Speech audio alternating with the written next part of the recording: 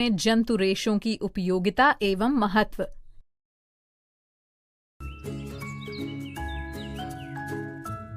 अरे वाह सवाली, तुम्हारा ये रुमाल तो कितना मुलायम है। हाँ खोजी, ये मुलायम भी है और सुंदर भी। मेरे पापा मेरे लिए शहर से इसे लाए थे। अरे कोई मुझे भी तो दिखाओ। मुझे भी देखना है सवाली, सुंदर रुमाल। नमस्ते दीदी। नमस्ते दीदी। नमस्ते मेरे बाल वैज्ञानिकों।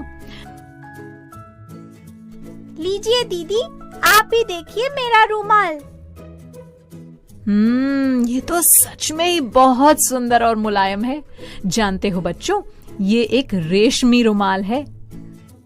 रेशमी रुमाल? सच्ची दीदी? हाँ खोजी, याद है ना, मैंने बताया था कि रेशम के कीड़ों से हमें रेशम के रेशे प्राप्त होते हैं। उन्हीं रेशों से रेशम का कपड़ा बनाया जाता है।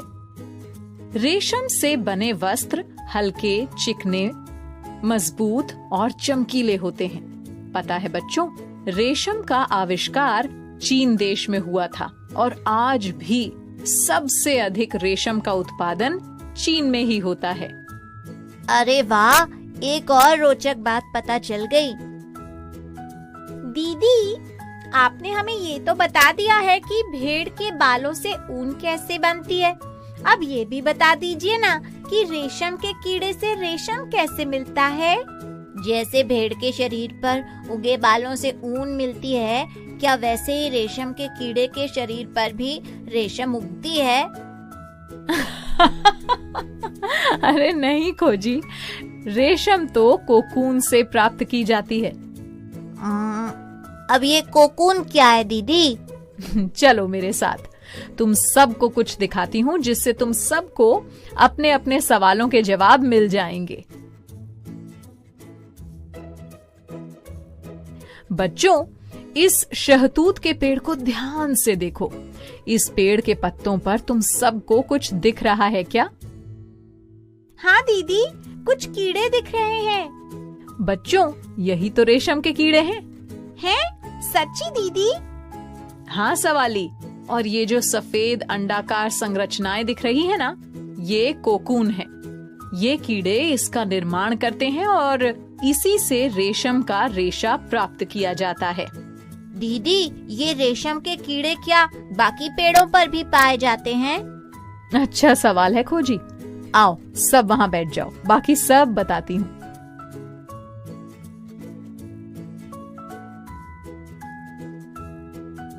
अब बताइए दीदी। बच्चों, रेशम एक प्राकृतिक रेशा है और ये दो प्रकार का होता है। एक शहतूती रेशम और दूसरा गैर शहतूती रेशम। दोनों में क्या अंतर है दीदी? रेशम कीट की एक प्रजाति ऐसी होती है जो शहतूत पेड़ की पत्तियां खाती हैं।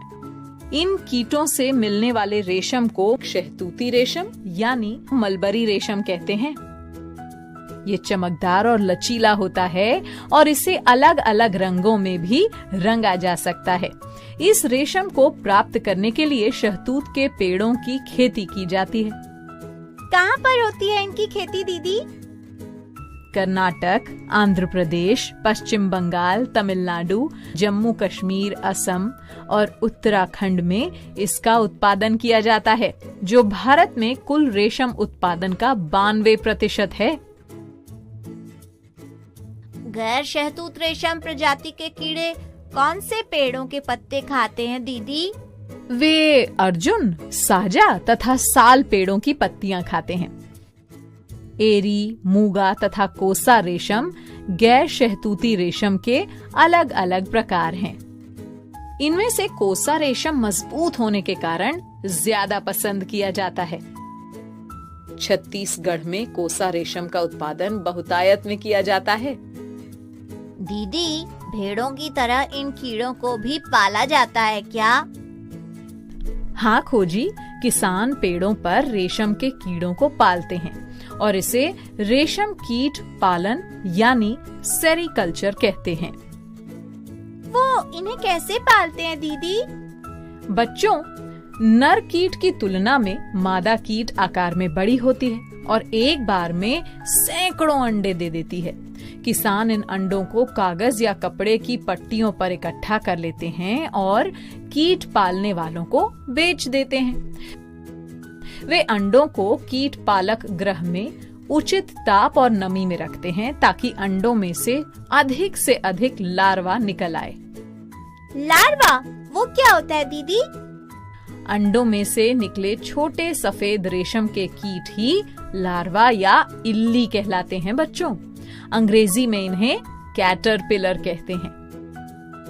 एक बांस की ट्रे में शहतूत की पत्तियां बिछाकर उनके ऊपर लार्वा को रख दिया जाता है। लार्वा उन पत्तियों को खाकर बड़े तथा मोटे हो जाते हैं। समय समय पर ट्रे की सफाई करके नई पत्तियां उसमें रखी जाती हैं। फिर क्या होता है दीदी? फिर ये लार्वा कोकून बनाने के लिए बांस के छोटे छोटे कक्षों में से बाहर आने लगते हैं। इसके लिए बांस की ट्रे में रैक या टहनियां रख दी जाती हैं, जिनसे कोकून जुड़ जाते हैं। कीड़े कोकून बनाते कैसे हैं दीदी? बच्चों, लार्वा में एक विशेष ग्रंथि होती है। दीदी, ये ग्रंथि क्या होती है? सवाली, ग्रंथि एक विशेष अंग होता है जिससे कुछ तरल पदार्थ निकलते हैं। रेशम कीट में भी ऐसा ही अंग होता है जिसे रेशम ग्रंथि कहते हैं। इस ग्रंथि से एक महीन लसदार पदार्थ निकलता है। ये पदार्थ प्रोटीन युक्त होता है। इस पदार्थ का क्या उपयोग होता है दीदी? सवाली, लार्वा 8 अंक के आकार में गति करके अपने शरीर के चारों ओर इस पदार्थ का जाल बुन लेता है। सूखने के बाद ये पदार्थ रेशम के रेशे में बदल जाता है। जल्दी ही लार्वा पूरी तरह अपने शरीर को इस पदार्थ से ढक लेता है और प्यूपा में बदल जाता है। फिर उस सफेद गोल संरचना का निर्माण होता है जो हमने पेड़ पर देखी थी, याद है, जिसे कोकून कहते हैं। वो कीट कोकून के अंदर ही रह जाता है दीदी? हाँ खोजी, प्यूपा कोकून के भीतर ही वयस्क होते हैं और फिर कोकून के रेशों को काटकर बाहर निकल आते हैं। इसके बाद रेशम कीट का पुनः वही जीवन चक्र शुरू हो जाता है। इस जीवन चक्र को हम इस प्रकार दर्शा सकते हैं। कोकून से रेशम का धागा कैसे प्राप्त होता है दीदी? इसके लिए वयस्क कीट बनने से पहले ही कोकूनों को इकट्ठा किया जाता है और फिर उन्हें 10 से 15 मिनट तक पानी में उबाला जाता है। उबालने से रेशों के बीच का चिपचिपा पदार्थ पानी में घुल जाता है और रेशम के रेशे अलग हो जाते हैं। अच्छी गुणवत्ता का रेशम प्राप्त करने के लिए कोकूनों को कीट के वयस्क होने से पहले ही इकट्ठा कर लिया जाता है। वो क्यों दीदी? क्योंकि यदि कीट कोकून को काट कर बाहर निकल जाए तो उस कटे हुए कोकून से प्राप्त रेशे अच्छी गुणवत्ता के नहीं होते। रेशों के बाद रेशम का धागा कैसे बनता है दीदी? बच्चों, कोकून से प्राप्त रेशों से धागा बनाने के लिए 4 से 8 रेशों को एक साथ मिलाया जाता है।